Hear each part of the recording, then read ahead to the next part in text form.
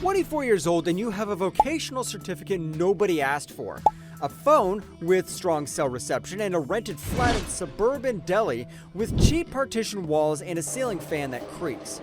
You aren't a criminal yet. You spent months chasing job interviews. You have a technical qualification from a training institute. The market doesn't care. One evening, sitting next to a friend, you watch him make a calm phone call to someone in Kansas, pretend to be from Windows support. His palms are sweaty and his voice cracks slightly at the start. The American on the other end doesn't notice, doesn't even question it. A few hours later, $700 lands in his digital wallet. Just like that. After that, you knew this was it. You were done chasing job interviews. You were hooked. The training.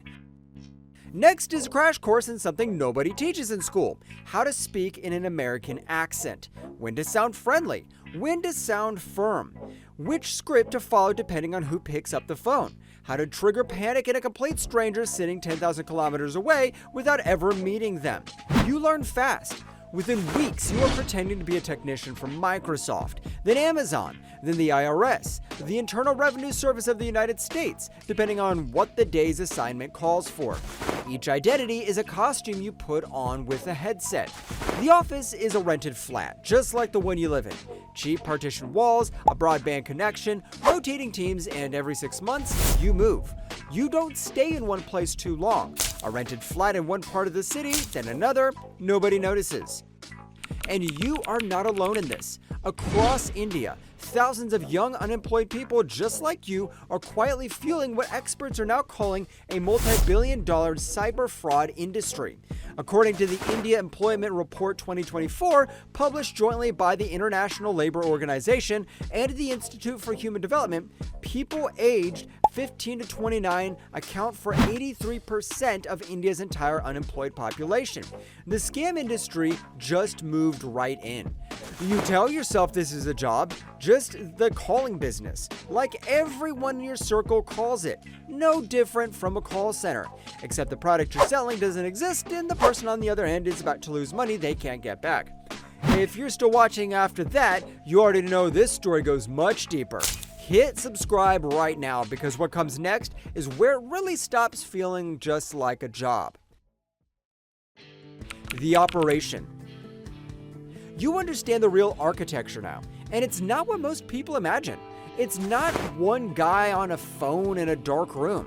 It's a system, and there are recruiters, trainers, managers with performance targets, people whose only job is managing digital wallets, people who only purchase SIM cards using fake IDs, and the people whose entire role is handling mule accounts, the dummy bank accounts where stolen money quietly disappears. Cybercrime expert Pravesh Chowdhury, who has tracked these operations for over a decade, puts it plainly. These are not lone hackers and are entire call centers with HR departments, training modules, and supervisors who review your performance. Calling scripts are shared across teams. Psychological manipulation tactics are taught in training. New recruits learn how to handle angry targets, suspicious targets, targets who start asking the right questions. VPNs are used constantly. Caller IDs are spoofed. Cryptocurrency wallets rotate so the money trail breaks before it can be followed. Your job on most days is simple. You cold call a number or a fake security pops-up appears on a victim's screen warning of a serious breach. They panic? Call the number on the screen. You pick up and calmly tell them their computer has been compromised. You ask for remote access. You run fake diagnostics and tell them they owe a fee for a service or that they are owed a refund that first requires a small verification payment. They pay, gift cards, wire transfers, cryptocurrency, and everything routes through layers of accounts so no trail leads back to you. In Delhi NCR alone, there were more than 1,000 such tech support companies running in 2017 and 2018. That was before COVID. After that, they just got smarter. The scale didn't shrink, the footprint just got quieter. The money. Top earners in your circle pull in around 1 lakh rupees a month, roughly $1,200. That number alone beats most legitimate tech support salaries. But then it gets even bigger. One man in Mewat, Haryana, made 3 lakh rupees from a single victim in a single run. Some operators have pulled in nearly 50 lakh rupees close to $60,000 over a course of a year. Sultan Karim, a 30-year-old from Mewat who describes himself as an intermediary in the operation, talks about it with no embarrassment at all. He has bought a car, helps support his household, and saves money. In Mewat, in villages where no one has ever gotten a government job, when someone walks in offering you a headset, a training session, and 25,000 rupees a month to start, you say yes. You don't ask many questions. Some guys operate completely solo. A second-hand laptop, one smartphone, a stable internet connection. Total setup cost can be as low as 50,000 rupees, around $600. The larger, more organized operations run with teams of 10 to 40 people and cost upwards of 20 lakh rupees to set up, not including rent.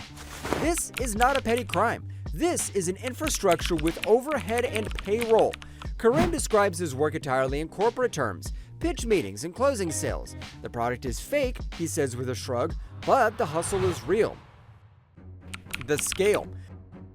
According to India's National Cyber Reporting Platform, which operates under the Ministry of Home Affairs, scammers cheated victims out of 331.65 billion rupees, approximately $3.88 billion, over just 4 years. In 2024 alone, the loss was $2.67 billion. That is a parallel economy with its own hierarchy, its own talent pipeline, and its own reward structure. The primary victims are in the US, UK, and Canada, often elderly and less familiar with how these digital systems work. The currency conversion alone makes it even a modestly successful scam wildly profitable once it comes back as rupees. And the legal gap between countries makes prosecution close to impossible. India's cybercrime conviction rate sits below 1%. Wasim Mir, a 28-year-old from Kashmir, is currently on the run from police after being linked to a network of over 7,200 scam accounts. He spoke to journalists from an undisclosed location using a friend's phone. He said it without hesitation: "The victims are rich. We are not. To us, this feels like reverse colonialism." Whether you agree with that logic or not, this sentence tells you exactly what kind of psychology keeps this machine running. The crack in the wall. In Kashmir, coordinated police raids across Srinagar and surrounding areas uncovered a network of over 7,200 accounts directly linked to fraud operations. Several of Mir's associates have been arrested. Mir is still evading capture at the time of writing. India's Central Bureau of Investigation, working alongside the FBI and Interpol, recently dismantled a cyber fraud network based in the Delhi National Capital Region. 43 individuals were arrested. The victims were defrauded, had lost over $20 million. But arrests and convictions are rarer. There is no dedicated spam law in India. The Digital Personal Data Protection Act, passed in 2023, still has not been fully implemented. Over 20 months after being signed, almost every cybercrime on the books is a bailable offense. Supreme Court lawyer Pavan Dogal says it without softening it. The absence of effective convictions emboldens them. The existing law makes these crimes bailable, which sends a clear signal to every scammer that the legal system is soft.